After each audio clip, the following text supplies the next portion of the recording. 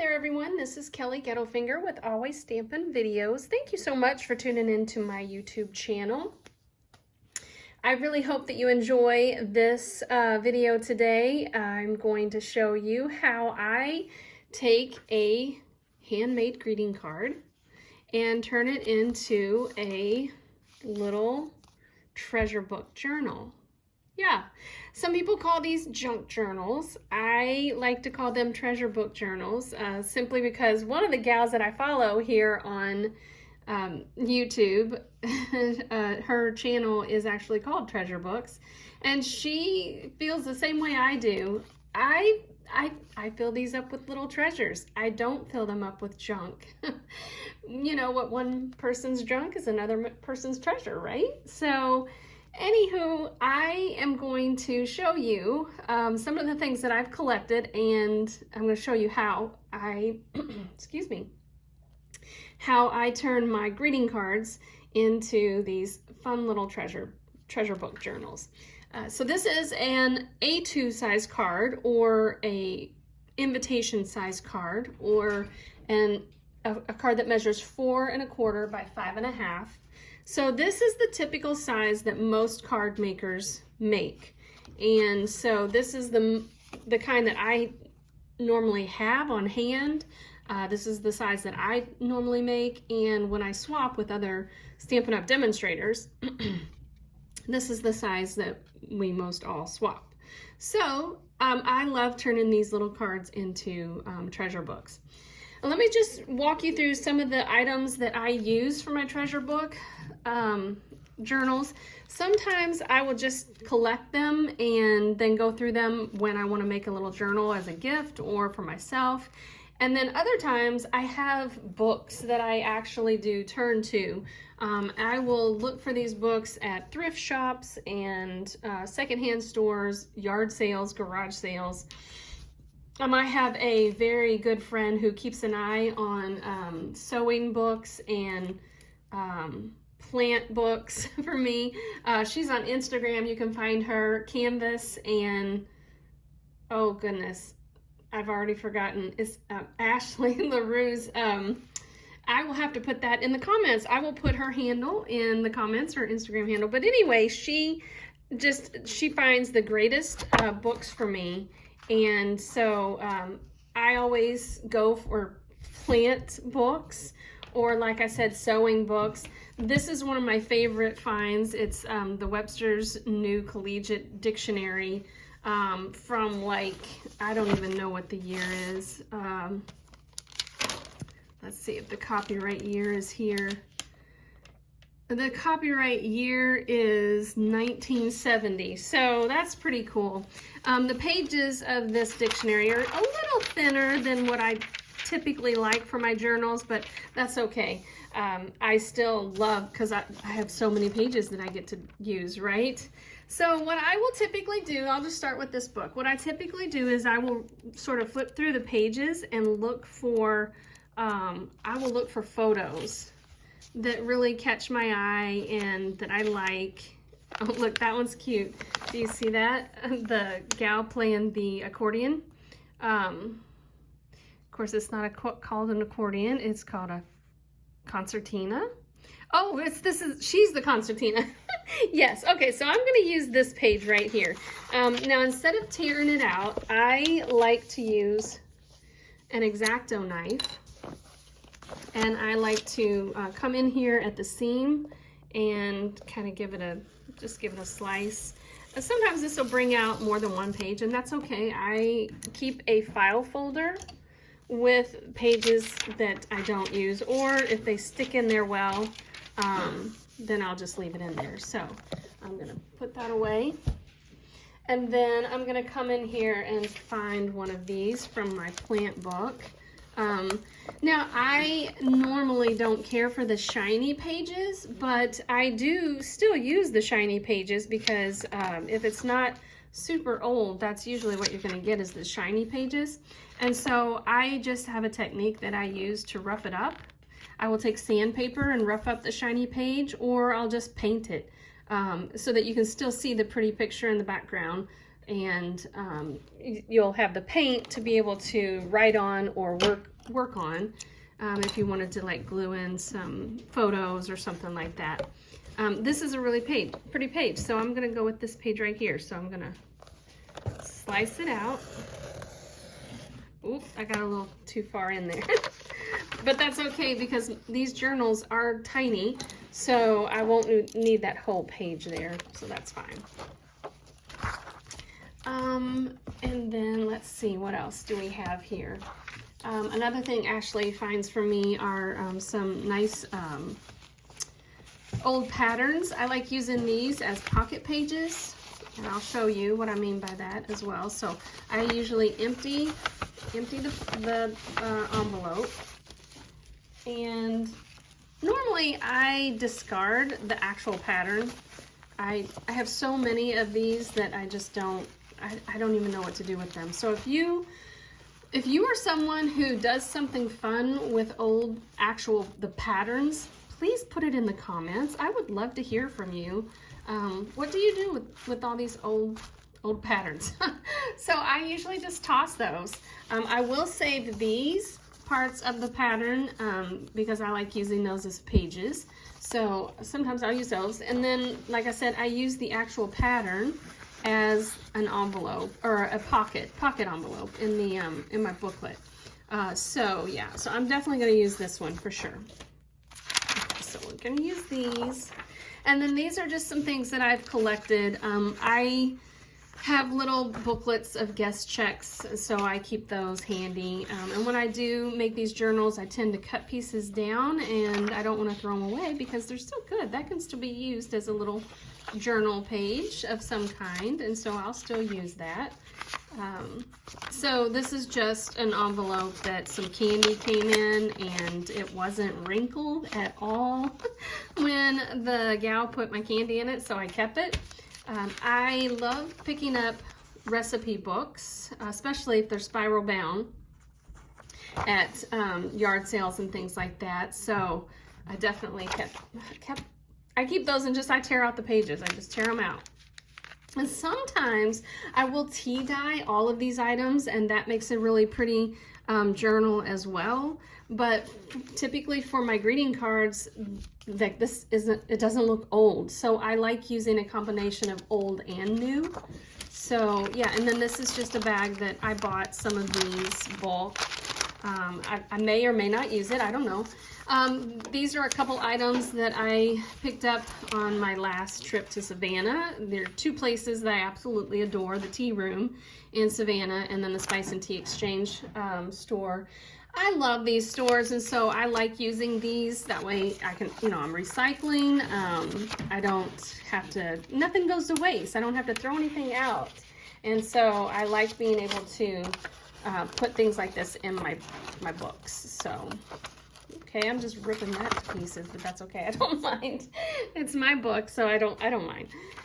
So anyway, yeah, I'll use those. And then this is just a paper doily. You can pick these up pretty much anywhere. And then I have, it looks like an old hymnal, but it's not. It's from a book that I use all the time. I actually pick these up all the time. The name of it is Then Sings My Soul. I just get it from Amazon.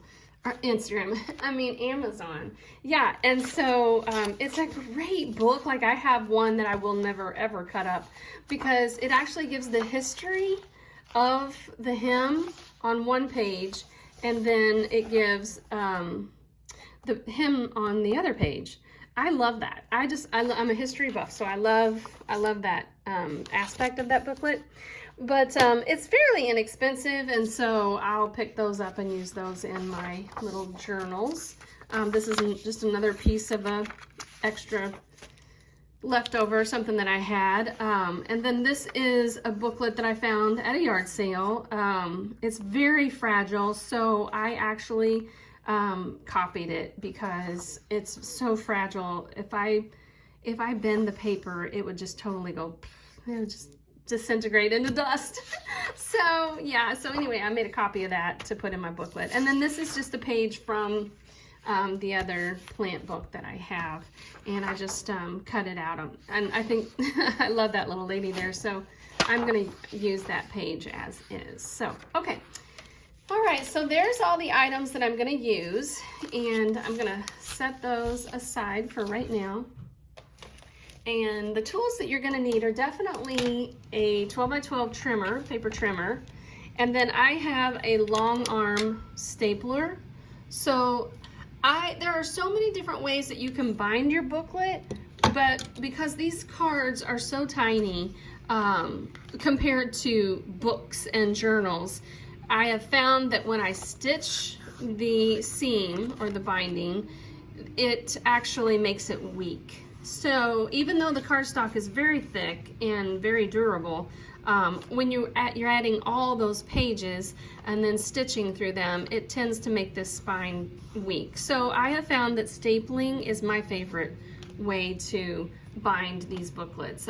You may find different, so experiment and you know, yeah, just figure out what you like best.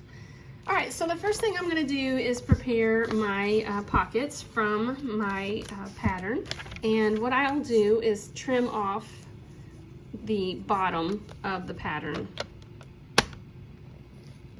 I have found that it is very helpful if your blade is sharp, super sharp. For these old papers and old patterns, you just want to make sure that everything is nice and sharp. And sometimes I will cut the little flap here off if it's very fragile and kind of falling apart. And this one is, but it's still pretty much intact here. So I'm gonna keep that because I think that's really cute. So yeah, I'll leave that aside for just a second because I want to make sure that all of my pockets, I'm definitely gonna use my Spice and Tea Exchange bag for a pocket, so I'm going to cut off the bottom of that.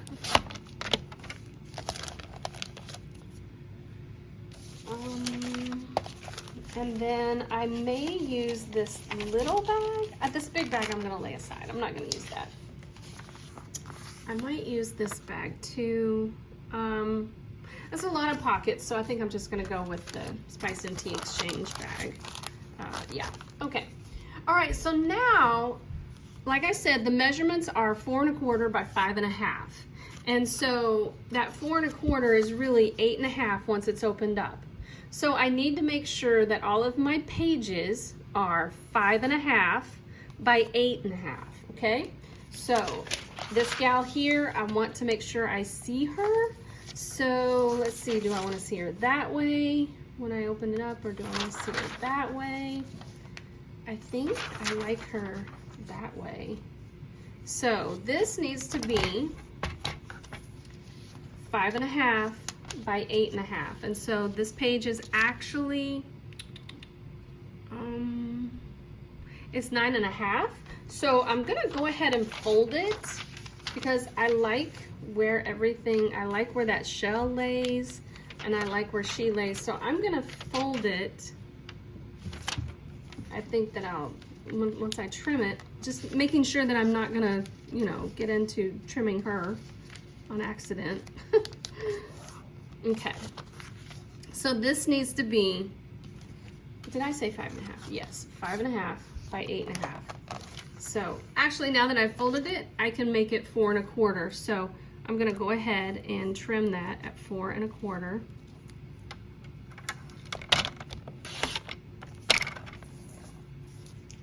And then I like these little grooves that are in here from the dictionary. So this needs to be 5 1/2. So I'm going to trim this part of that off.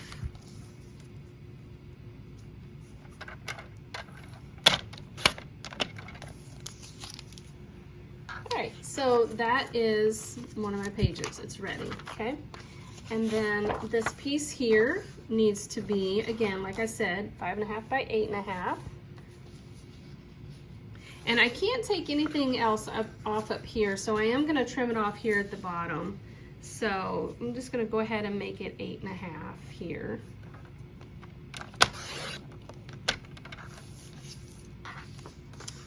And then I'll fold that in half. And so see, this is gonna get tricky. I need it to be 5.5, and I don't wanna cut the McCalls. I want to see that as much as possible, but yet over here, I just copied a random page from that book, and I didn't get the copies lined up, and so I can actually cut that, but I don't wanna cut the McCalls. So I'm gonna cut it as close as possible.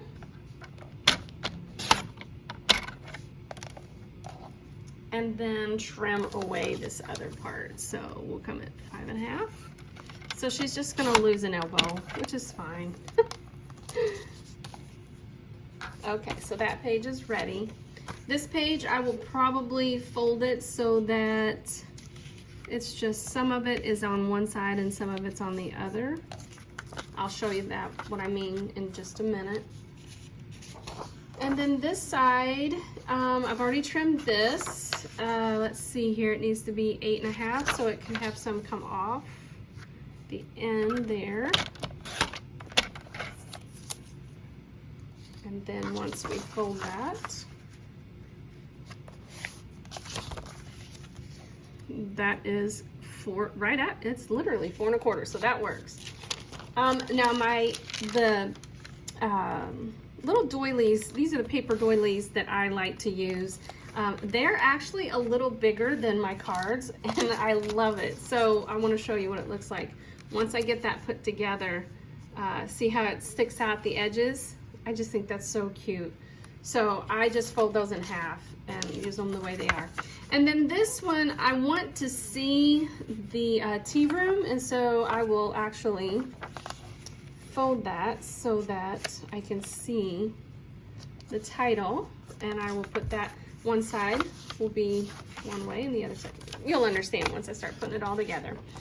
So let's see, this has got to be 8.5. So I'm gonna take a little bit off the top and a little bit off the bottom, sort of make it a little more symmetrical because it's right at 9 inches. Works.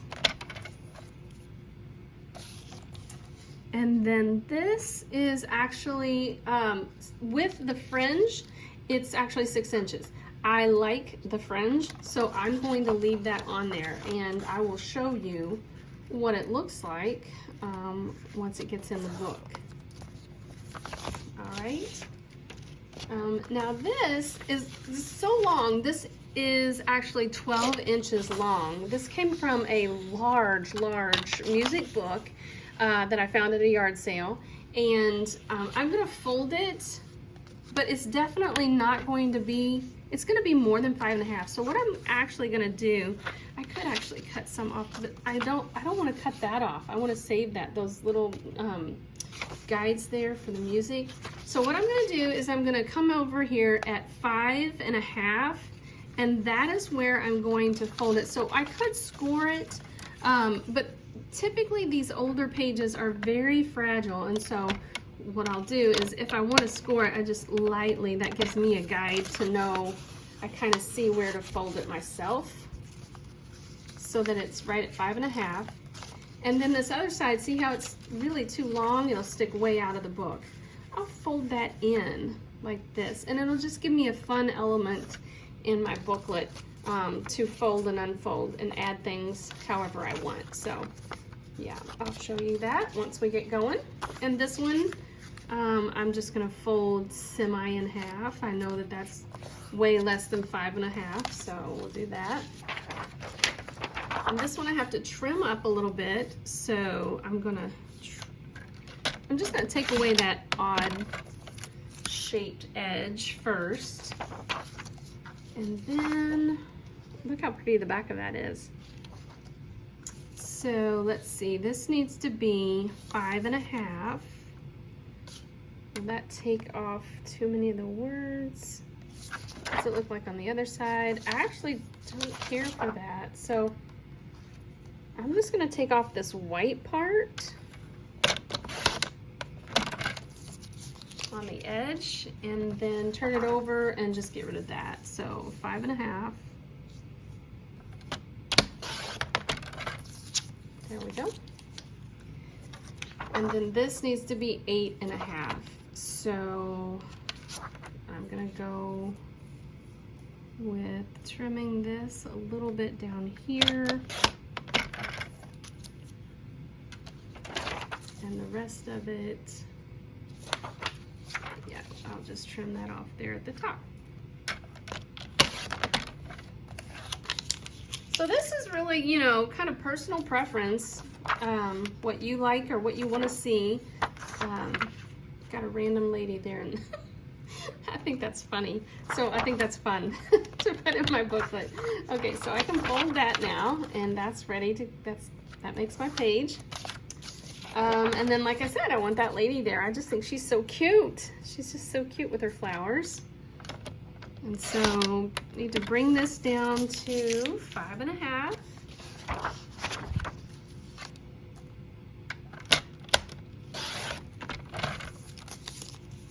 So you can see I'm kind of trimming away the edges, you know, those extra white edges. And then I want as much of this picture as possible, so I'm just gonna look and see if I trim it at 8.5 right now. Well, let's see, I know that's more than 5.5. So let's see, it needs to come off. Just trim some more off.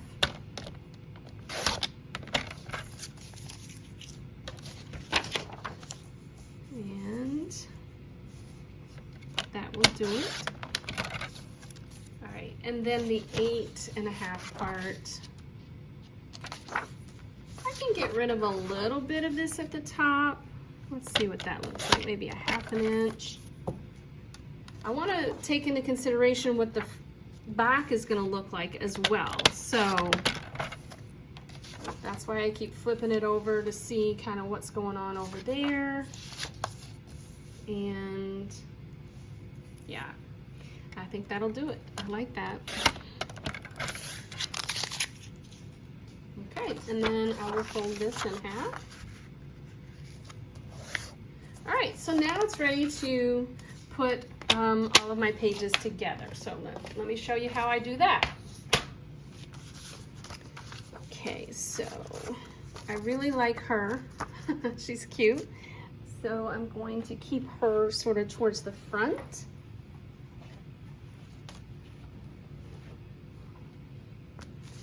I also like this, and I like how that green in her dress matches the green in my card, so I'll probably open up with her. And then I will typically keep my doily towards the front because I just love the way it looks popping out of my booklet. And then let's see, do we want some pretty flowers yet, or I think I'm going to do the dictionary page. And then we'll do a guest check. And notice how, like, sometimes I will see that I like it a different way. So I'll fold it the opposite direction. Okay, so here I want to show you that I'm actually making sure on purpose that the fringe here is sticking out the top of my recipe page. I want to see that sticking out. Oh, you know what would be really cute? I love that tea kettle and the tea room together. I think that's so cute. All right, and now it's time to let's add some flowers.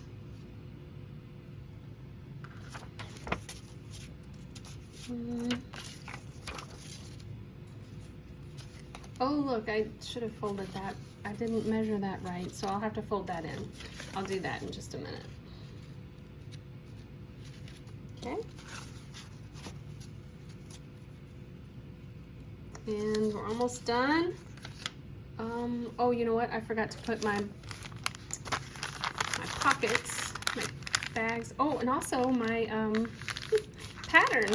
Yes, I love putting patterns as pockets in my booklets, so I definitely don't want to forget that. So all I'm going to do is just fold that in half. Sometimes I'll make sure as I'm looking at the the illustration on the pattern just to make sure that I'm not like folding it in on somebody's head, but okay, so let's put that here.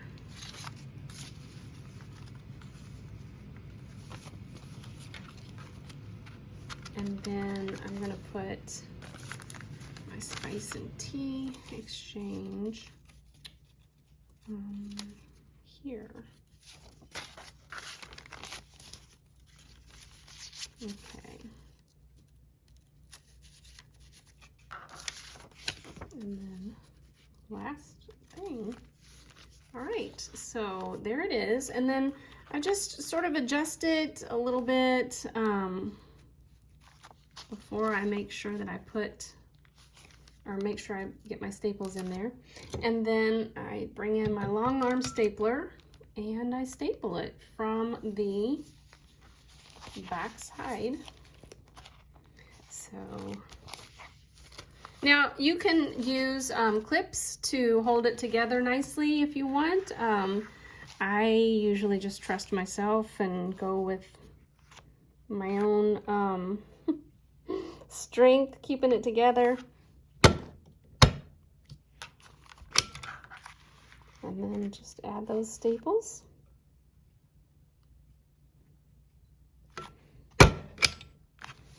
And voila! There is a cute little treasure book journal. Now, a lot of people might say, well, what do you do with that? Like, how can you write on that? You can't write on that. Listen, white paint is your best friend when you make these cute little journals. Any white paint, it doesn't matter what kind. And so what I like to do is I will paint an area on the page so that I can still see the image that I like, and that will give me an area to journal. I can write on the white paint. But then see, I have this area here that I can journal, and again, I can white paint, or I can add cardstock. Like obviously, a piece of white cardstock would look perfectly fine on top of the dictionary page without covering up my little concertina. And then I have plenty of place, you know, to journal here on my guest check. It's white on the back. I would add white paint to some of this recipe page. And then I've got my pocket page here that I can add little journaling cards. And so that's a great place to journal. And then I can add little photographs if I want, memorabilia, anything like that works great for these little journals. So yeah, and then I've got this pocket here, and keep flipping through. Sometimes once I'm done, I will go through the second half and really give it a good score with my hands. I'll just flatten it down because it can be a little bulky. But then once I give it that first flip through, it's ready for my my entries. And I'm excited. I cannot wait to use this one. I think it's super duper cute. I love the way it turned out. I love all the images. So I hope you liked that video, and I hope that you will make your own little treasure book journals and have fun with all your little entries and deciding what you're going to use for them. They make great gifts. So everyone needs to journal at least once in their life. So these make great gifts. So thanks again, everybody, for tuning in and for visiting my channel. I hope you enjoyed this video, and I will talk to you again next week.